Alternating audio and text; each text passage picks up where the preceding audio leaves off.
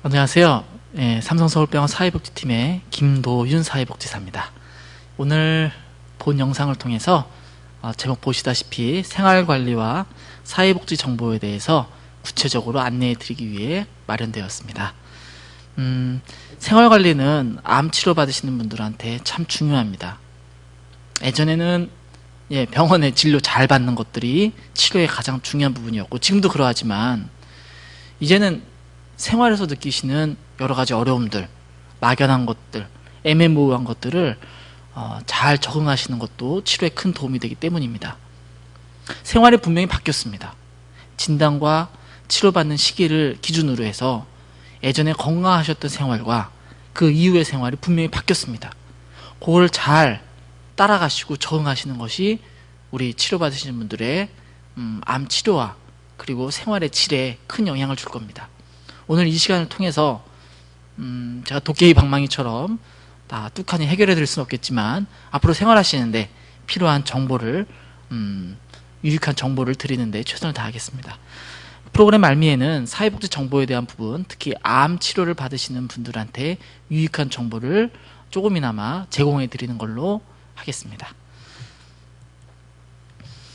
제목을 보시면요, 긍정적인 마음과 생활의 필요성이라고 되어 있습니다.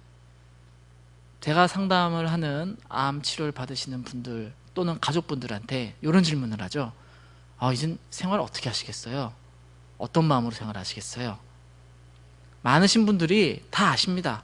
다 이렇게 대답하시죠. 긍정적으로 마음 먹고요, 생활 잘할 겁니다. 치료를 받으시는 모든 분들이 다 알고 계시지만 실제로 그것을 실천하시는 데는 몇 가지 참고하실 만한 사항들이 있습니다. 자, 생활관리에서 저희가 제일 먼저 챙겨야 될 게 제목에서 보시다시피 긍정적인 마음과 생활의 필요성을 정확하게 인식하시는 겁니다. 제가 만나는 환자분들한테 또는 가족분들한테 여쭤보는 질문이 이런 것들입니다. 이젠 어떤 마음으로 어떻게 생활하시겠어요? 태어나고 집에서 어떻게 지내시겠어요? 라고 질문을 하면요, 제가 만나는 분들이 다 똑같이 대답합니다. 남녀노소를 떠나서 긍정적으로 생각하고 긍정적으로 생활해야죠. 다들 알고 계시지만 구체적으로 실천이 어렵습니다.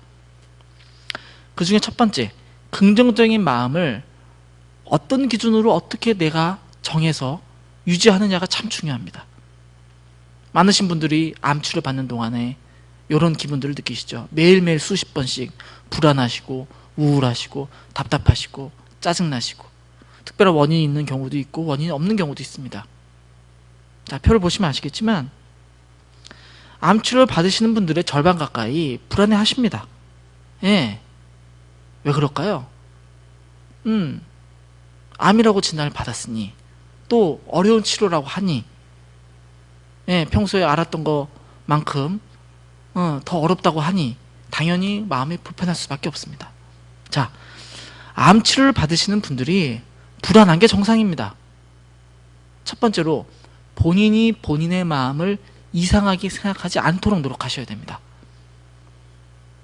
아침에 일어났더니 괜히 우울하세요. 아무 이유 없어요. 내가 왜 이러지? 라고 생각하시는 게 생활관리에, 마음관리에 도움이 되지 않습니다. 내가 오늘 마음이 이렇구나, 특별한 원인은 없구나, 마음을 좀 더 잘 다스려야겠구나 라고 생각하시는 게 도움이 됩니다. 또 하나, 그 마음을 옆에 있는 가족분들한테 말씀을 하셔야겠죠. 내가 이상하게 생각하고 그 마음을 계속 마음속에 가둬두게 되면은 나 스스로 그게 이상하다고, 비정상이라고 오해하실 수밖에 없습니다. 불안한 게 정상이고 답답한 게 정상이고 우울한 게 정상입니다. 단 보시면 아시겠지만 불안장애로 진단 가능한 수준이라고 되어 있지만 요거 자체가 중요한 게 아니라 내가 불안한 단순한 마음인지 일상생활에 주는 큰 장애인지는 분명히 판단하셔서, 불안장애로 인해서 치료와 생활에 어려움이 있다면 분명히 전문가랑 상담하시기 바랍니다.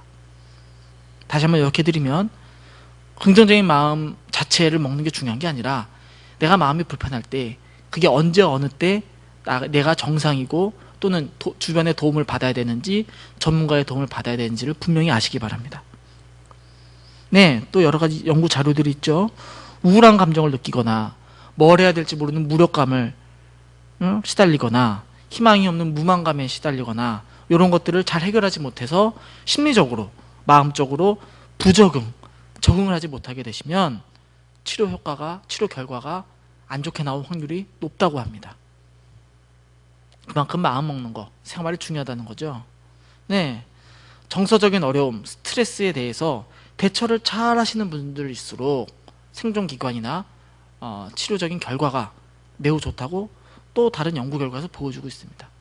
이런 연구 결과 말고도요, 많은 연구 결과들이 있습니다. 치료받으시는 분들의 마음과 생활의 긍정적인 관리가 얼마나 치료에 큰 긍정적인 영향을 주는지 수많은 연구 결과에서 나타나고 있습니다. 제목 다시 보시면 그래서 긍정적인 마음과 생활이 필요한 겁니다. 그럼 지금 해야 될 것은 뭐냐면 앞서 말씀드린 것처럼 다들 알고 계십니다. 구체적으로 어떻게, 방법이 중요한 거죠. 이 프로그램을 보시면 그냥 좋은 프로그램을 봤다고 생각하지 마시고 내가 오늘, 내일, 이번 주, 이번 달, 이번 계절, 금년에 뭘 어떻게 해야 긍정적으로 마음을 먹고 즐겁고 행복하게 생활할 수 있을지 고민하시고 찾아내시기 바랍니다. 자, 생활관리를 잘 하시려면요, 이제 뭐 적을 알고 나를 알아야겠죠. 첫 번째가 뭐냐면 나에 대해서 알아야 됩니다. 나는 두 가지인데요. 첫 번째가 생활의 변화, 두 번째가 마음의 변화입니다. 지금부터 사진 몇 장이 나올 텐데요. 이 사진 몇 장은 나타내는 것은 저나 여러분들이나 매일매일 똑같이 하는 것들입니다. 한번 볼까요? 네, 즐겁게 운동하는 모습이죠. 운동이나 산책. 두 번째는 식사에 대한 부분입니다. 골고루 영양가 있는 음식으로 차려져 있는 것 같고요. 세 번째는 뭐 책을 읽는 거죠. 휴식을 취하고 독서를 하시는 모습입니다. 네 번째는 눈을 감고 휴식을 취하는 겁니다. 요거 말고도 많이 있습니다. 매일매일 똑같이 하는 것들. 요걸 왜 보여드리냐면요, 진단받고 치료받기 전에 생활과 진단받고 치료받고 난 이후의 생활에 있어서 매일매일 똑같이 반복하는 것들이 바뀝니다. 사진을 다시 한번 보실까요?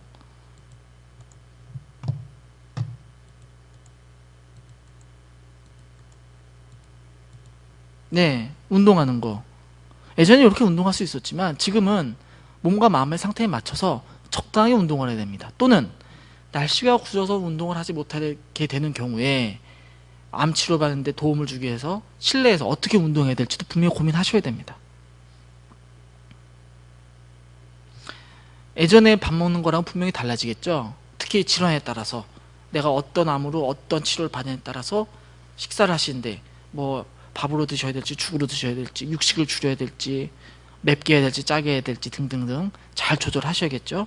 식사하는 것도 바뀌시는 거죠. 예, 소일거리 하시는 거, 독서하시는 거. 예전에는 퇴근하고 집에 와서 일 마치고 집에서 TV 보시다가 주무시는 게 낙이었지만 이제 많은 시간을 즐겁게 보내셔야 됩니다. 즐거운 취미생활, 소일거리도 다양하게 있으셔야겠죠. 쉬시는 것도 뭐 예전에는 뭐 일요일날 또는 주말에 이렇게 휴식을 위해서 잠깐 낮잠 주무시는 게 다였지만 암치료를 받으시면서는 낮 동안에도 아주 적당하고 적절한 휴식을 잘 취하셔야 됩니다. 예전에 이렇게 해보지 않았다고 해서 뭘 어떻게 될지 모르고 전전긍긍 하시면 적응하는데 큰 문제가 생기시겠죠. 그래서 첫 번째가 생활이 바뀌고 있습니다. 그리고 이미 바뀌었고요. 앞으로도 바뀌실 겁니다. 또 오늘 다르고 내일 다르고 이번 주 다르고 다음 주 다를 겁니다. 계속 바뀌고 있습니다. 예전과는 분명히 달라졌고요. 분명한 거는 내가 무엇을 어떻게 준비해야 되는지를 고민해 보셔야 됩니다. 알지 못하는 변화에 끌려가듯이 따라가시는 것과 내가 내 몸과 마음의 상태를 예상을 해서 나한테 도움이 되는 생활로 만들어 가시는 것은 분명한 차이가 있습니다. 이런 변화점들을 꼼꼼하게 챙기셔서 좋은 생활관리 방법을 찾아내시기 바랍니다. 두 번째가 마음의 변화입니다. 그림을 하나씩 보실까요? 예, 웃는 얼굴도 있고요. 이게 좀 인상 쓰는 얼굴, 짜증내는 얼굴도 있고, 좀 이렇게 고민하는 얼굴도 있습니다. 좀 이게 뭐 신기하고 환해지고 뭐 기뻐하는 표정도 있고, 예, 딱 눈을 감고, 예, 좀 마음을 가다듬는 얼굴도 있습니다. 제목을 보셨다시피 마음의 변화입니다. 마음의 문제가 아닙니다. 하루에도 몇 번씩이나 밝게 웃는 표정에서 인상 쓰는 얼굴까지 계속 반복이 되실 수가 있습니다. 이건 그냥 마음의 변화입니다. 특히 인상을 쓰거나 고민을 하거나 우울해하는 이런 얼굴 표정들이 평소에는 하면 안 되는 것처럼, 하면은 무슨 문제가 있는 것처럼 오해할 수도 있지만, 아까 말씀드린 것처럼 암 치료 받으시는 분들은 몸과 마음이 불편하시기 때문에 이렇게 생각이 들고 기분이 들어서 얼굴 표정 짓는 게, 그게 정상입니다. 이런 마음의 변화 때문에 본인이 이상하다고 생각하시기 마시기 바랍니다. 이제 슬기롭게 대처를 하셔야 되는데요, 두 가지로 나눠봤습니다. 하나는 환자가 해야 될 것과 가족이 해야 할 것입니다. 사례 중심으로 좀 보실까요? 제가 만났던 환자분이랑 유사한 좀 인물 사진을 골랐고요. 네, 이런 말씀을 하셨습니다. 식사도 잘하고 운동도 규칙적으로 잘 하는데 요즘엔 기분이 별로 좋지 않아요. 어떻게 해야 하나요? 라고 말씀하셨습니다. 제 기억에 아마 대장암 치료 받으시는 분으로 기억이 났는데, 자, 얼굴 표정부터 볼까요? 인상 쓰고 계시죠? 네, 눈과 눈 사이, 그 다음에 저기 눈 꼴이 있는데, 그 다음에 코하고 입 주변에 인상을 딱 쓰고 계시고 팔짱 끼고 계십니다. 누가 굳이 물어보지 않아도요, 마음이 되게 불편하시고 생활이 되게 힘드신 걸로 이해가 됩니다. 이분이 이 말씀을 하신 걸 하나하나 좀 풀어보죠. 가운데 있는 것부터 잠깐 보겠습니다. 요즘엔 기분이 별로 좋지 않아요. 이분의 첫 번째로 좀 잡아드려야 될 게 뭐냐면, 요즘엔 기분이 별로 좋지 않아요 라고 하셨는데요, 기분이 언제 어느 때 좋고 안 좋은지를 본인이 잘 파악을 하지 못하고 계십니다. 자, 긍정적으로 마음 먹고 긍정적으로 생활하시는데, 첫 번째는 내 기분과 생활이 언제 어느 때 좋고 힘든지, 그 이유가 뭔지를 분명하게 확인하셔야 됩니다. 그래서 몇 가지 추천드리고 싶은 게, 하루를 정리하실 때 이런 질문들을 꼭 되새겨 보시면 도움이 됩니다. 첫 번째, 내가 오늘 하루 지냈는데 가장 기분 좋을 때가 언제였는지, 그때 난 뭐하고 있었는지, 내 가족들은 옆에서 뭐하고 있었는지, 또는 반대로도 하셔야 됩니다. 두 번째, 오늘 하루 지냈는데 가장 시간도 안 가고 지루하고 답답하고 기분 안 좋을 때가 언제였는지, 내가 그때 뭐하고 있었는지, 옆에 가족들은 뭐하고 있었는지. 아주 단적인 쉬운 방법이지만 기분을 파악하는 데 큰 도움이 됩니다. 두 번째 방법은요, 거울 보시는 거예요. 자, 얼굴 표정을 보시면 아시겠지만, 사실 이런 얼굴 표정 지으신 분들한테 직접 물어보면 본인이 인상을 쓰고 있는지도 잘 모르시는 경우가 많습니다. 거울을 보시면 내 마음이 그대로 보입니다. 얼굴에 표정이 없거나 인상 쓰고 계신 얼굴 표정은 지금 마음과 생활이 적절하지 않다는 겁니다. 거울 언제 보시냐고요? 거울을 보시는 거는 제가 좀 추천해드리고 싶은 건, 아까 보셨던 일상생활 곳곳에서 보셔야 됩니다. 산책하고 오셨을 때, 식사하고 나셨을 때, 소일거리 하고 나셨을 때, 독서하고 났을 때 꼭 보셔야 됩니다. 마음을 어지럽게 하고 생활을 힘들게 하는 것은 특별히 정해져 있지 않습니다. 순간순간에 나타날 수 있기 때문에 거울을 보시면서 본인의 심리 상태, 스트레스 상황, 나를 힘들게 하는 것들을 찾아내시기 바랍니다. 그래서 이분 같은 경우는 첫 번째가 기분이 별로 좋지 않은 이유를 정확하게 잘 모르셨어요. 본인이 찾아내셔야 됩니다. 첫 번째, 식사도 잘하고 운동도 규칙적으로 잘하는데 규칙적으로 잘하는 거는요, 예, 기본입니다. 저희가 초등학교 다닐 때부터 선생님하고 부모님들이 해주셨던 내용이죠. 규칙적으로 잘하는 거는 정말 잘하고 계신 거지만, 더 중요한 건 뭐냐면 재밌게 하셔야죠. 얼굴 표정 보셔서 아시겠지만 규칙적으로 하는데 급급한 나머지 너무 기계적으로 하시고 너무 답답하게 하신 겁니다. 재미가 없으신 거죠. 어떻게 해야 되냐면요, 재밌게 하셔야 됩니다. 정해진 시간에 정해진 장소에서 정해진 식단에 따라서 식사하는 거는 맞지만, 식사하는 것 자체가 즐거움을 주실 수 있어야 됩니다. 그래서 식사하실 때도 환경이 참 중요합니다. 추후에도 말씀드리겠지만 식사의 즐거움을 느끼시려면 내가 먹고 있는 밥과 반찬이 중요한 게 아니라 주변의 환경, 즐거운 분위기, 부드러운 분위기도 중요합니다. 그래서 식사를 하실 때 신나는 음악을 틀어놓으셔도 괜찮고요. 식사는 장소를 바꾸신 것도 도움이 됩니다. 식사는 방법을 바꾸신 것도 도움이 되고요. 뭐 도시락 형태로 드셔도 되고 또는 산책 나가시면서 드시는 것도 괜찮고요. 항상 거실에서 드시다가 방에서 드시는 것도 괜찮고 환자분께서 매일매일 반복적으로 지루한 습관의 늪에 빠지지 않도록 재밌게 바꾸시기 바랍니다. 운동도요. 산책하는 건 여러 가지 요령이 있습니다. 항상 가시던 길로만 가시면 당연히 재미가 없습니다. 산책로도 좀 바꾸시고 산책 나가는 시간도 적절하게 유연하게 잘 바꾸시고 혼자 가면 재미가 없으면 누구랑도 같이 가시고요. 요 사례를 요약을 좀 해드리면요. 기분이 언제 어느 때 좋고 안 좋은지 분명히 파악을 하셔야 되고요. 두 번째, 규칙적으로 잘하는 범위 내에서 즐거움을 찾을 수 있도록 변화를 잘 주시기 바랍니다. 두 번째 경우죠. 얼굴 표정 보시면 아시겠지만 이분도 상당히 걱정거리가 많은 것 같습니다. 저한테 이렇게 상담하셨는데요. 그냥 지루하고 답답해요. 재미있는 일도 없습니다. 그날이 그날 같아요. 저만 그런가요? 아니요. 다들 그러십니다, 사실. 이거 들으시는 분들도 아마 공감하실 겁니다. 하나하나 풀어보겠습니다. 그냥 지루하고 답답해요. 재미있는 일도 없습니다. 제가 분명히 말씀드리는데요. 즐겁게 생활하시고 긍정적으로 마음 먹으시는 거는 본인이 하시는 겁니다. 내가 원할 때 원하는 방법으로 옆에서 누가 와서 재밌게 해주리라는 것은 사실 쉽지 않습니다. 내가 재밌는 걸 만들고 재밌는 걸 계획해서 내가 즐길 줄 아셔야 됩니다. 누가 와서 나 신나게 해주겠지, 쟤는 왜 안 해줘?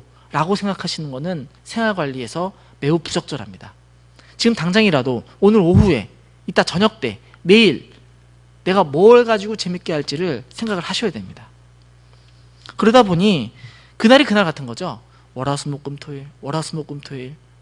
아무래도 치료를 받으시다 보면 생활 환경이 하루 일과가 비슷비슷해질 수 있습니다. 앞서 말씀드린 것처럼 지루한 생활에 얽매이지 않도록 기대감을 가질 수 있고 즐거움을 기대할 수 있는 그런 생활들을 만들어 가셔야 될 겁니다.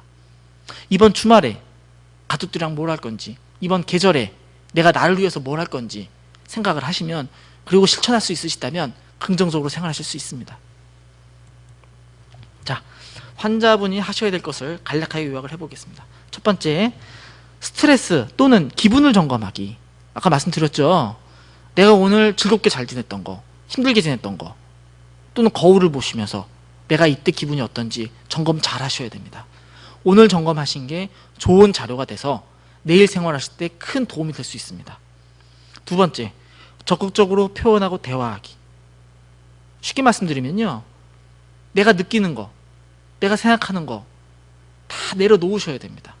옆 사람 눈치 보지 마시고, 내가 기분이 어떤지, 짜증나는지, 좋은지, 답답한지, 내가 궁금한 게 뭔지, 바라는 게 뭔지, 내가 하기 싫은 게 뭔지, 옆에서 좀 안 했으면 좋은 게 뭔지 그때그때 마음속에 담아두지 마시고 편하게 주변 분들한테 얘기하셔야 됩니다.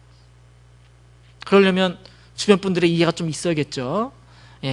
주변 분들한테 미리 말씀하셔야 돼요. 내가 건강관리를 위해서 마음에 부담되는 거는 편하게 얘기할 테니 너그럽게 이해해달라고 분명히 말씀하시고, 눈치 보지 마시고 마음의 부담감을 표현을 통해서 줄이시기 바랍니다. 정말 말할 사람이 없다면 본인 스스로 글을 쓰시거나 또 일기 같은 걸 쓰시거나 메모를 하시면서 푸시는 것도 도움이 됩니다. 생활 계획하기, 복습하기. 본인의 생활은 본인이 챙겨야 됩니다. 치료받는 거는 환자분 본인입니다. 가족분들이 챙겨준다고 해서 따라가는 게 결코 즐겁지 않습니다. 그리고 내가 그 생활을 정말 잘했는지 고집이 아니라 객관적인 시각에서 평가를 하셔서 더 도움이 되는 생활로 만드셔야 됩니다. 처음엔 좀 힘드시겠지만 하루에 한 가지라도 계획하시고 그 한 가지라도 복습하셔서 나한테 도움이 되는 것을 찾으시기 바랍니다. 네 번째는 취미생활하기죠. 그리고 가로치고 오감을 이용하기로 되어 있습니다.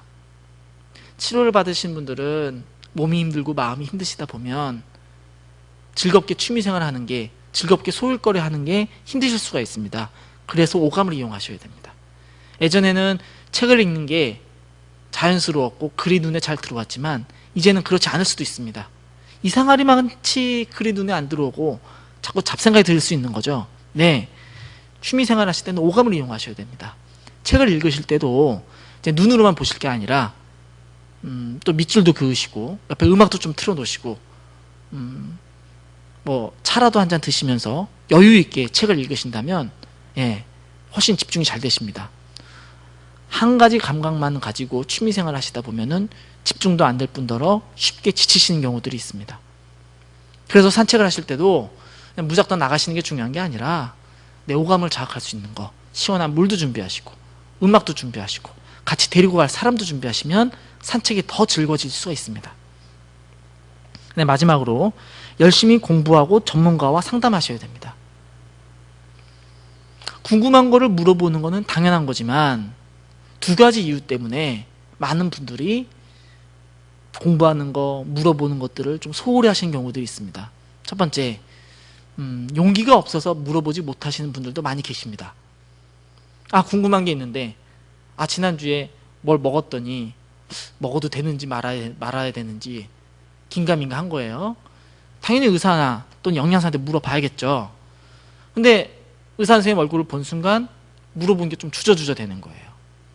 괜히 물어봤다가 또 하지 말라는 거 또 생길까봐, 또는 뭐 혼날까봐, 지적받을까봐 겁이 나서, 즉 용기가 없어서 문의를 못 하시는 분들이 많이 계십니다.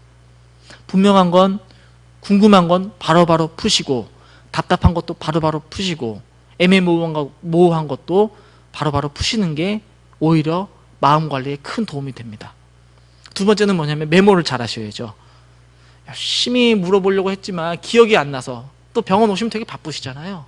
그래가지고 경황이 없어서 미처 문의하지 못하시는 경우가 있는데, 잘 메모하셔가지고 그날 병원 진료에 있을 때 또는 전화상으로 전문가한테 전화하셔서 꼭 문의하시기 바랍니다.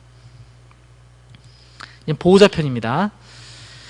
많은 보호자님들이 저한테 이런 질문들을 하시는데요. 요즘 환자가 가족이 하는 말을 귀찮아합니다. 어떻게 해야 하죠? 실제 생활에서 많이 일어납니다. 가족분들은 환자분들 챙겨주신다고 뭐 밥은 먹었느냐, 산책은 어떠냐, 뭐 기분은 어떠냐고 물어보시고 권유도 하시고 배려도 해주시는데 환자분들이 괜찮다고만 하고 대답도 잘 안 하시고 내가 알아서 할게라고도 하시고. 두 가지 경우인데요.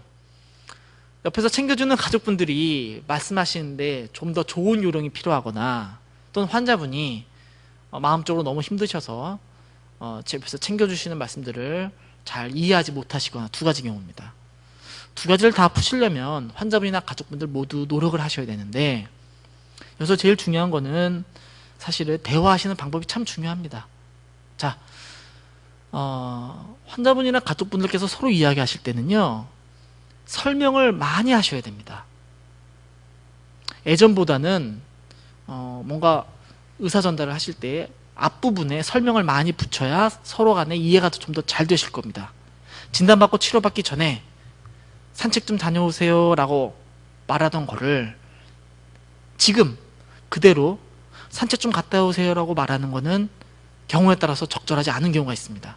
왜? 치료를 받으시는 환자분들은 그게 그대로 잘 안 들리시거든요.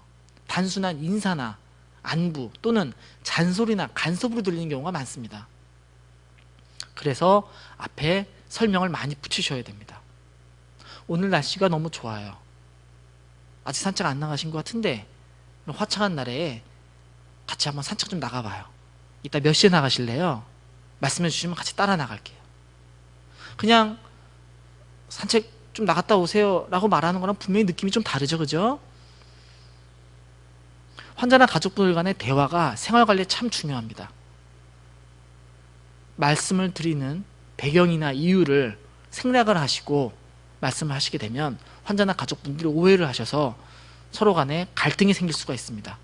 그래서 부연 설명을 많이 하셔서 상대로 하여금 나를 정말 챙겨주려고 하는구나, 나를 배려해 주려고 하는구나, 나를 아끼기 위해서 하는 말이구나 라는 이런 의미와 메시지를 잘 전달해 주시기 바랍니다.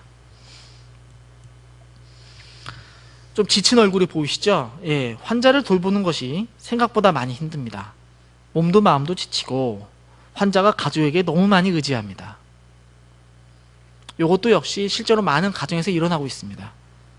결국 사진에서 보시다시피 환자분을 옆에서 돌봐주시는 가족분들이 이제 하루가 갈수록 이제 지치시는 거죠. 분명한 거는 가족분들이 지치기 시작하시면 환자분들도 생활이 힘들어집니다. 환자분이나 가족분들 모두 즐겁게 일하시고 즐겁게 쉬시고 즐겁게 여유를 가지시는 게 제일 중요합니다. 그럼 어떻게 해야 될까요? 제일 좀 권유해드리고 싶은 거는요,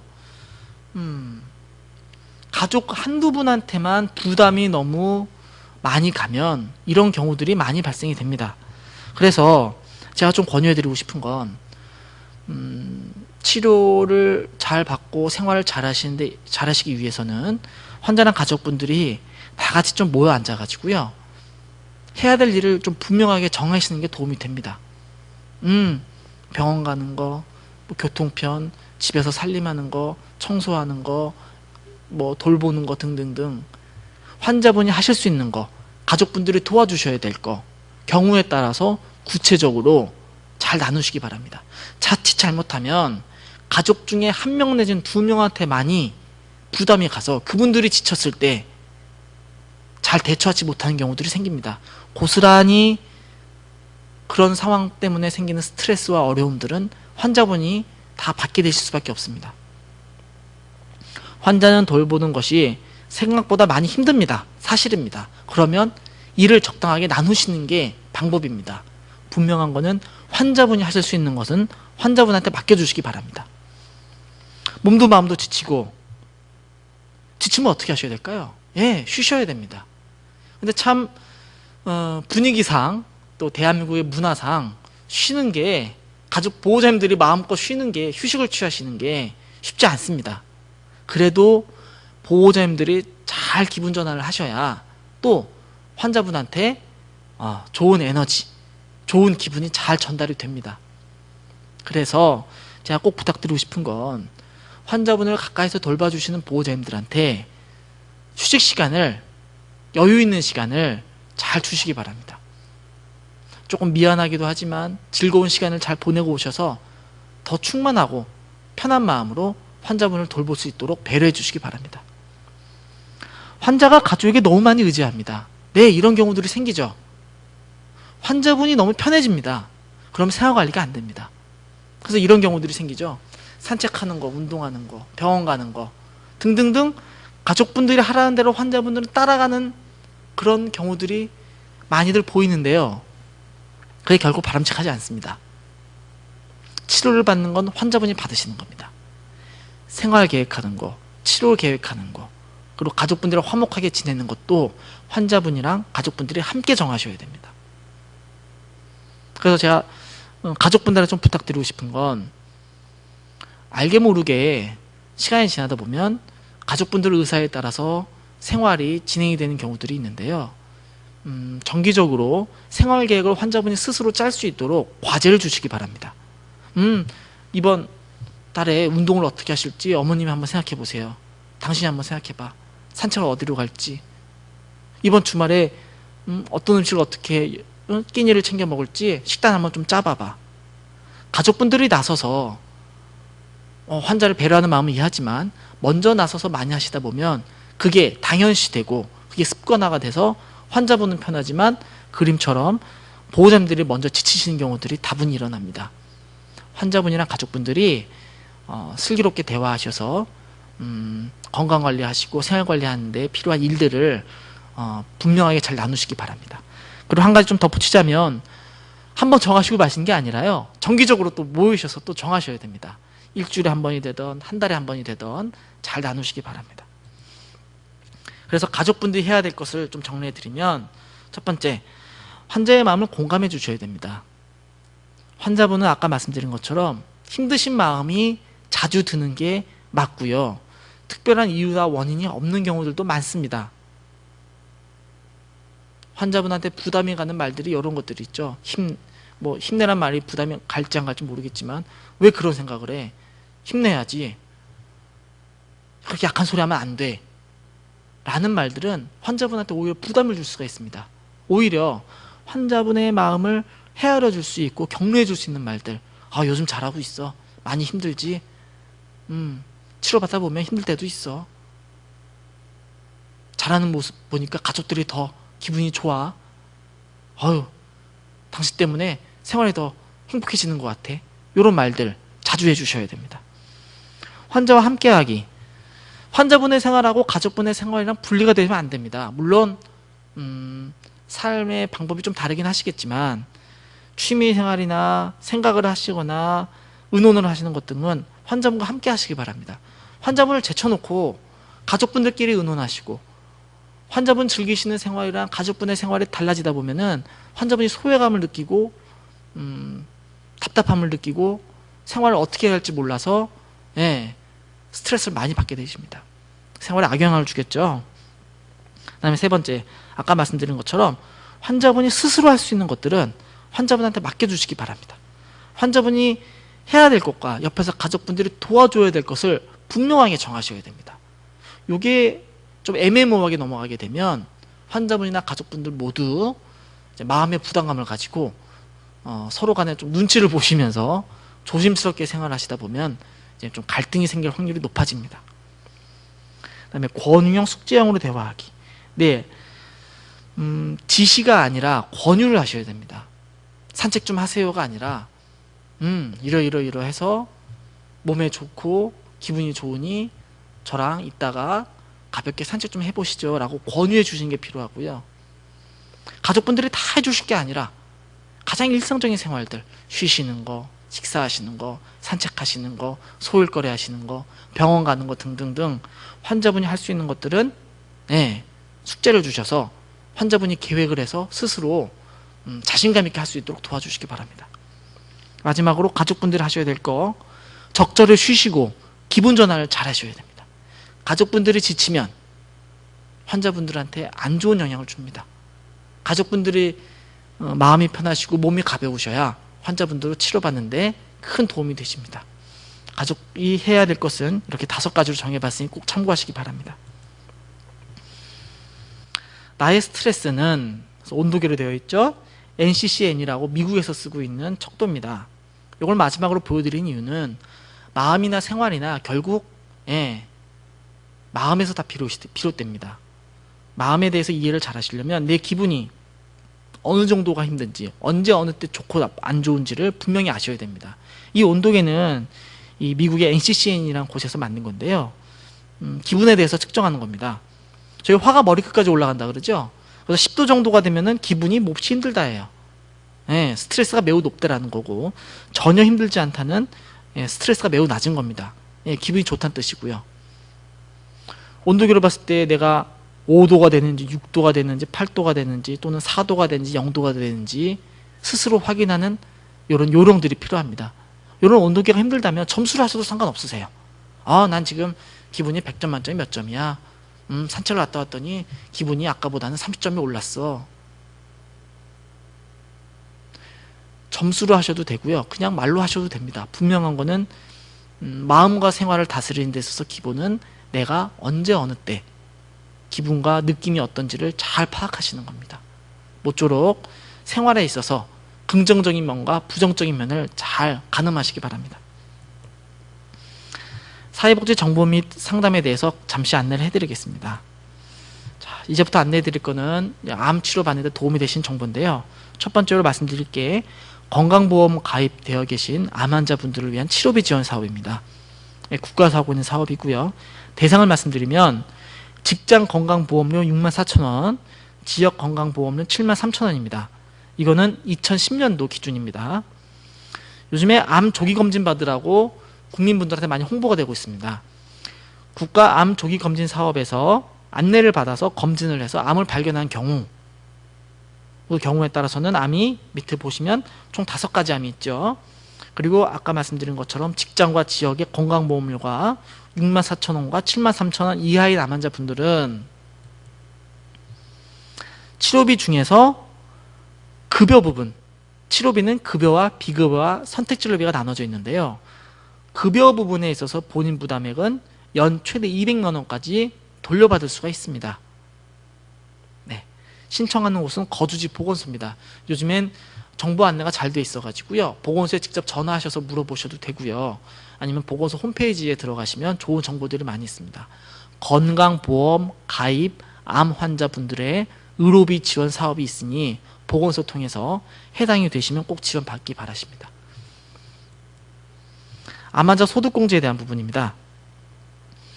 소득공제는 아시다시피 신고된 수입 중에서 지출된 부분이 일정 항목의 금액 이상이면 돌려받는 제도입니다. 그런데 암 환자분들은 소득공제 내용이 좀 다르죠. 세금을 다루는 세법상으로는 소득공제 내용이 전혀 다르니 잘 들어주시기 바랍니다. 대상은 항상 치료가 필요한 중증 환자고, 이 중증 환자는 암은 포함되어 있습니다. 그리고 의료기관에서 장애인 증명서를 받을 수 있는 분이면 가능합니다. 여기서 말하는 장애인 증명서는 저희가 평소 알고 있는 장애인 복지법상의 장애인 증명서가 아니라 소득공제를 다루는 세법상의 장애인 증명서라고 별도로 되어 있습니다. 구체적으로 절차를 말씀드리면, 소득공제 혜택을 먼저 말씀드릴까요? 기본공제가 100만 원이고요. 장애인 추가공제가 200만 원입니다. 암 진단받고 치료받는 것만으로 기본공제 100만 원, 일상생활에 어려움이 있다고 해서 200만 원의 장애인 추가공제가 들어가고요. 그 다음에 세 번째가 급여 또는 수입에 3% 초과되는 치료비는 공제를 받습니다. 즉 돌려받습니다. 절차를 말씀드리면요. 일단 의사가 장애인 증명서를 발급해 줄 줄 알아야 돼요. 발급해 주시면 원무과 경유해서 직인을 받으신 다음에 소득공제 자료를 제출하시면 소득공제 혜택을 받을 수가 있습니다. 국가에서 발표한 내용을 짧게 요약을 해드리다 보니까 조금 부족할 수가 있는데요. 쉽게 말씀드리면 암 치료 받으시면은 소득과 수입에 상관없이 기본공제 100만 원, 장애인 추가공제 200만 원을 받을 수 있고, 치료비 중에 일정 부분을 또 돌려받을 수가 있습니다. 대부분 소득공제는 연말에 진행이 되는데요. 연말에 진료를 보실 때 소득공제용 장애인 증명서를 발급해 달라고 의사한테 요청하셔가지고 그거를 소득공제 자료 내실 때 함께 첨부하시면 됩니다. 해당 연도에 암 환자 소득공제에 대한 혜택이 궁금하시면 제일 하단에 나와 있는 것처럼 국세청에 문의하시면은 정확한 정보를 안내받을 수 있고요. 국세청 옆에 한국납세자연맹이라고 있습니다. 이 단체는 비영리 단체로서 해당 연도가 지나서 돌려받지 못한 그런 소득공제 내용을 대행을 하셔서 돌려주시도록 활동해 주시는 기관입니다. 두 기관 다 요즘엔 인터넷을 통해서 온라인상으로 많은 정보를 제공하고 있습니다. 꼭 미리미리 확인하셔서 소득공제 혜택을 받으시기 바랍니다. 소득공제 혜택을 받지 못하는 경우도 있는데요. 예를 들면은 뭐 건강보험료를 내지 않는 분 같은 경우는 해당이 안 되거나, 또는 소득이나 수입이 신고가 아직 안 되신 분들은 소득공제 혜택에서 제외가 되는 경우들이 있습니다. 각 개인마다 차이가 크니까 앞서 말씀드린 국세청 또는 한국납세자연맹을 통해 가지고 자격을 꼭 확인하신 다음에 소득공제 혜택을 받으시기 바랍니다. 그 다음에 안내해 드릴 게 국민연금의 장애연금 제도입니다. 국민연금이라는 게 평소에 연금을 국민연금관리공단 쪽에다가 내셨다가 일정 연령 이상이 되는 노후에 이제 그 연금의 형태로 돌려받아서 생활에 도움을 받는 제도입니다. 그런데 질병 등으로 치료한 기간이 1년 6개월이 경과되고 노동 능력을 상실한 정도로 장애가 발생한 경우에는 국민연금을 장애연금이라는 명목으로 이제 도움을 주시는 경우들이 있습니다. 그 장애 정도는 국민연금에서 정한 기준에 따라서 1급에서 4급까지 나눠지고요. 양식은 국민연금관리공단에서 받으실 수가 있습니다. 이 양식을 가지고 진료를 보시는 의사 선생님한테 말씀을 하시면 이 장애 그 진단서를 또 발급을 해주시는데, 요거를 가지고 국민연금에 신청하시면 됩니다. 그 지원을 받으시려면 앞서 말씀드린 대상에 해당이 되셔야 되고요. 두 번째로는 내가 국민연금 내는 기간에 필수 기간을 다 국민연금을 납부하신 분들이 또 해당이 되십니다. 이건 역시 개인마다 차이가 클 수가 있기 때문에 그 각 지역 사무소에 있는 국민연금관리공단 지역 사무소에 문의하시기 바라고요. 아마 대표전화 1355번으로도 확인이 가능하십니다. 물론 이렇게 오랫동안 치료를 받으시기보다는 치료를 잘 받으셔서 완쾌하시는 게 더 좋으시겠죠. 차상인 본인부담 경감제도라는 제도가 있는데요. 요거는 이제 저소득층을 위한 제도입니다. 107개의 희귀난치성 질환을 가지고 계시고, 그 다음에 꼭 희귀난치성 질환이 아니더라도 6개월 이상의 치료를 받거나 또 장기간의 치료가 필요한 자, 또 18세 미만인 자, 요거는 각각의 기준입니다. 이 중에 하나라도 충족이 되시면 되시고요. 이분들 중에서 국가에서 정한 최저 생계비 120% 이하의 경제적으로 어려운 상황에 처하신 분들은 자격이 됩니다. 그리고 일을 할 수 있는 부양 의무자가 있으면 해당이 안 되실 수 있습니다. 여기서 말하는 부양 의무자는 이제 뭐 환자분의 배우자님 또는 성인이 된 자녀분들이 해당이 되시겠죠. 부양 의무자가 있는 경우는 해당은 안 되시고요. 단지 부양 의무자가 있지만 뭐 장애가 있거나 또 일을 할 수 없는 부득이한 사유가 인정이 되시면 또 자격이 되십니다. 지원 내용은 급여 부분에서 본인 부담액은 전액 국가가 지원을 합니다. 아까 말씀드린 것처럼 치료비 계산서를 보시면 급여, 비급여, 선택진료비로 나눠져 있는데요. 이 급여에 대한 부분은 모두 전액을 받을 수가 있습니다. 이 모든 분들이 해당이 되시는 게 아니라 저소득층이신 분들, 그리고 부양 의무자가 없으신 분들이 해당이 되기 때문에 꼭 거주지에 읍면동사무소에 사회복지 담당 공무원분한테 문의하셔서 상담을 받으시고 해당이 되시면 신청하시기 바랍니다. 긴급지원제도라는 국가에서 또 좋은 제도가 하나 있습니다. 위기 사유의 발생으로 생계 유지 등이 곤란한 분들이 대상이 되고요. 여기서 말하는 위기 사유는 소득의 상실, 그다음에 뭐 질병, 사고, 가정폭력 등 뭐 이런 것들로 인해서 이제 생활이 어려워지신 분들이 해당이 됩니다. 자격은 최저 생계비의 150% 이하이신 분들이시고, 소득에 대한 부분이요. 그다음에 재산에 대한 부분은 국가에서 정한 금액이 별도로 있습니다. 그 이하이신 분들이 해당이 되고요. 지원 내용은 의료비 최대 300만 원까지 지원이 가능합니다. 또는 생활비도 지원이 되는데 암 치료 받으시는 분들은 대부분 의료비에서 지원을 많이 받으시고요. 긴급지원 제도라는 것 자체가 긴급한 경우에만 도움을 주시는 겁니다. 그래서 뭐 응급실을 통해서 갑자기 입원을 해서 고액의 비용이 발생되는 수술적인 치료를 받으시는 분들이 해당이 많이 되시고, 그 중에서도 자격을 보시면 아시겠지만 저소득층이신 분들이 해당이 됩니다. 신청은 어디다 하시냐면요, 거주지에 시청, 군청, 구청의 주민생활지원과에다가 신청하시면 됩니다. 또는 최근에 보건복지가족부에서 운영하는 희망콜센터라고 해서 국번 없이 129번이 있습니다. 이쪽을 통해서도 신청이 가능하십니다.